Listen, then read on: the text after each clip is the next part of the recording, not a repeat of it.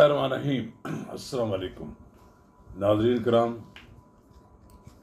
मेरा कप्तान इमरान खान सियासी तनाई का शिकार हो गया। 9 मई के हादसे ने इमरान खान को पहाड़ की बुलंदियों से नीचे पाताल में गिरा दिया। अब वो संभलने की कोशिश कर रहे हैं, लेकिन मुझे कहीं वो संभलते दिखाई नहीं दे रहे। नाज़रीन कराम, कबल इसके हम आगे बढ़ें, अगर आपने मेरा यूट्यूब चैनल नवाज रज़ा के साथ अब तक सब्सक्राइब नहीं किया तो बराए करम से फौरी तौर पर सब्सक्राइब करें, लाइक करें और अब आपके साथ शेयर करें, और आइकॉन का वो बटन दबाना ना भूलिए कि जब हम वीडियो लोड करें तो सबसे पहले आपको इत्तला मिले। हम बिल्कुल दयानतदारी के साथ इमरान खान साहब की सियासत पर तबसरा करेंगे, तजिया करेंगे।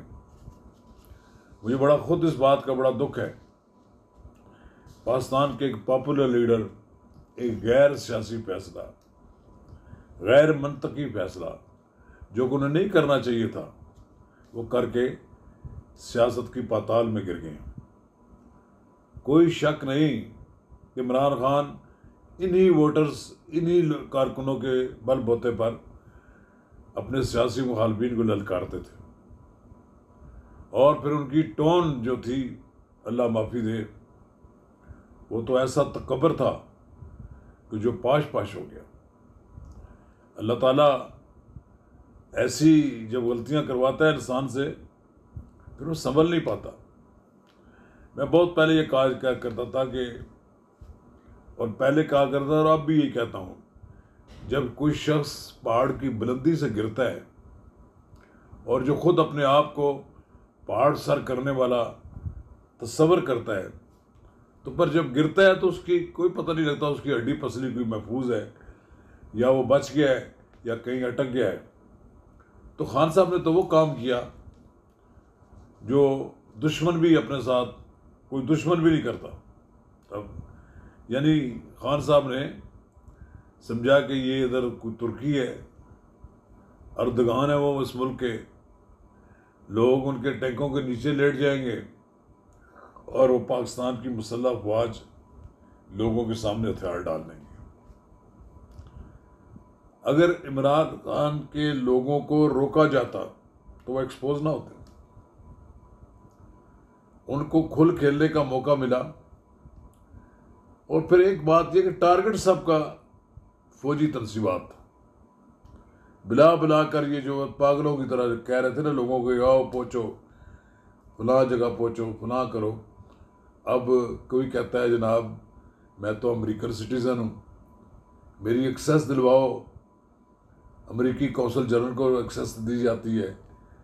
खुदैजा शाह बेशक अमेरिकी हों, लेकिन पाकिस्तान की सियासत में तो वो भरपूर हिस्सा लेते नहीं। अब अगरचे नाजो नैम में पली हैं, और एक आर्मी चीफ जो एक बड़ी दहशत थी एक ज़माने में जनरल आसिफ नवाज़ की, वो नवासी हैं, तो कम अज़ कम थोड़ा बहुत तो अब अपने नाना का लिहाज रख लें और सूरत हाल को फेस करें जो उन्होंने किया है। अब कोई माफ़ी तलाफी किसी को नहीं मिल सकती, खान को नहीं मिल सकती तो बाकी किसको मिलेगी। मैं यही कहता हूँ कि खान साहब जिस तरह सियासत में बुलंदी की तरफ गए हैं, बड़ा वक्त लगा उन्हें। मुझे याद है कि 1993 में जब वो पॉलिटिक्स में एक्टिव हुए तो हमने पहली बार उनको रावलपिंडी इस्लामाबाद प्रेस क्लब के मीट द प्रेस प्रोग्राम में मैंने बुलाया। फिर बड़ी उनको देर लगी, जमानतें जब्त कराते थे, फिरते थे, फिर मारे खाते फिरते थे।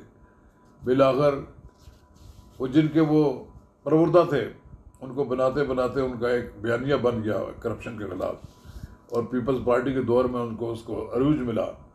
और फिर एक प्रोग्राम के तहत नवाज शरीफ को मुल्क की सियासत से निकाला गया और उसके लिए इमरान खान की गुंजाइश पैदा की गई। आज इमरान खान साहब अपने ही किए की सज़ा भुगत रहे हैं। 3.5 पौने 4 साल अपनी हुकूमत नहीं चला सके, वो अपने इत्तेहादियों को साथ नहीं रख सके, वो सारा डिपेंड करते थे जनरल बाजवा पर। जनरल बाजवा और जनरल फैज़ उनकी हुकूमत चलाते थे।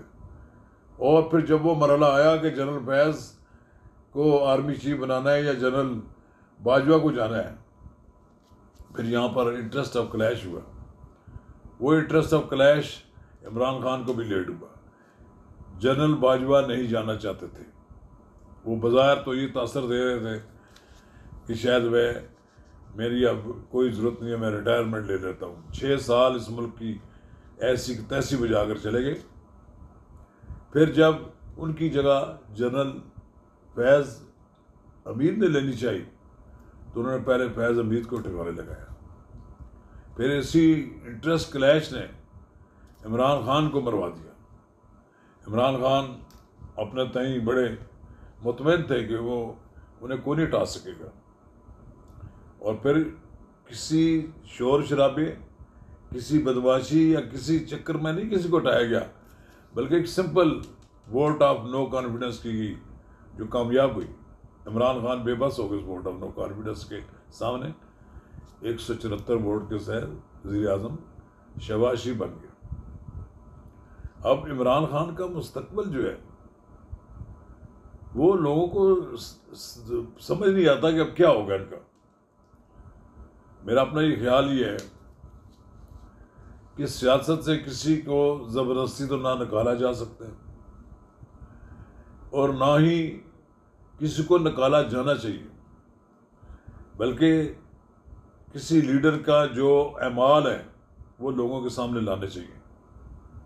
अगर मौजूदा हुकूमत में इतनी जान है, कहता है पंजाबी में इतनी तड़ है, तो फिर लाए सब कुछ चीज़ें जो बाहर सामने ला सकते हैं आप कि उन्होंने 9 मई के बारे में क्या हदायत जारी की थी। वो सारी मंजरें यहाँ पे आनी चाहिए। अगर इमरान खान साहब की आवाज़ में ये चीज़ें मौजूद हैं, लोगों के सामने उन्हें एक्सपोज करें। वरना ये होगा, देखें नवाज शरीफ को भी इसी तरह नायल करार देकर मुल्क की सियासत से निकाल दिया गया, लेकिन उसके पीछे एक पूरी जमात थी जिसका एक पस मंजर है, एक ख़ास सोच के लोग मियाँ नवाज शरीफ के साथ डटे हुए हैं, लेकिन जमात नहीं टूटी। इस तरह नहीं टूटी जिस तरह के अब तहरीक इंसाफ के लोग इस तरह टूटे हैं जैसे पतझड़ में दरख्त के पत्ते गिरते हैं और फिर एक उंगली के इशारे पर सारे के सारे जनाबे जहांगीर तरीन की क़यादत में इकट्ठे हो जाते हैं। कुछ लोग तो शर्म के मारे सर भी ऊंचा नहीं कर सकते थे। सिर्फ सर बुलंद था एक शख्स का, वो था जहांगीर तरीन, जिसने फतेह हासिल कर ली। ये वही जहांगीर तरीन है जो नायल हुए और फिर जब इनकी लड़ाई हुई इमरान खान के साथ, तो फिर उन्होंने सब्र के साथ काम लिया, घबरा नहीं गए, मुकाबला किया।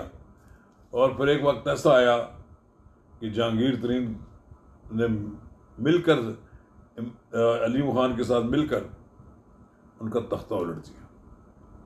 ये सारे लोग शामिल हैं, इकट्ठे हुए, और अब फिर इनके खिलाफ, इमरान खान के खिलाफ वो एक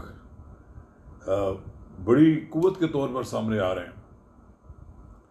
देखना ये है कि इमरान खान की आने वाले दिनों में कुछ सर्वाइवल की कोई गुंजाइश मौजूद है। अब सवाल पैदा ये होगा, क्या -1 फार्मूला इमरान खान कबूल कर लेंगे? अगर वो नहीं करेंगे तो क्या वो अपनी पार्टी के तिया पांचा कराए बगैर आराम से नहीं बैठेंगे? मुझे लगता यही है कि इमरान खान अपनी पार्टी का तिया पांचा करा देंगे, लेकिन वो सरेंडर नहीं करेंगे। वो ये तो कहेंगे कि उन्हें माफ़ी मिल जाए, छोड़ दिया जाए, लेकिन वो ना लड़ने की पोजीशन में है, और अगर लड़ने की कोशिश भी करेंगे तो वो कामयाब नहीं होंगे। लेकिन चूँकि इमरान खान साहब को समझाने वाला तो कोई है नहीं, और ना वो किसी की बात सुनते भी हैं, और बिलाखिर उन्होंने वही करना है जो उनका अपना दिल चाहता है।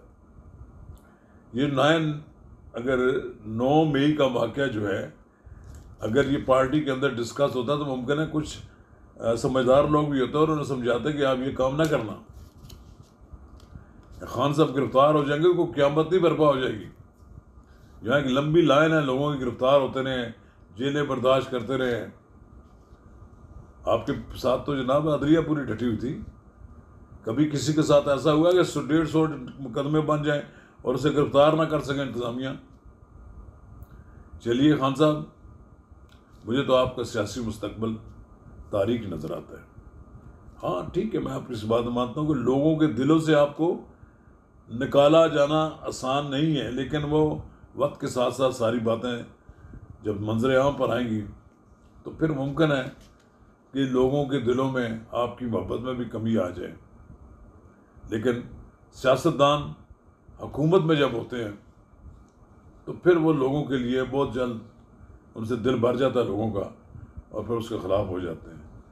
चलिए खान साहब, आप भी अब सियासत के उस मुकाम पर पहुंच गए हैं जहाँ पर तख्त या तख्ता है।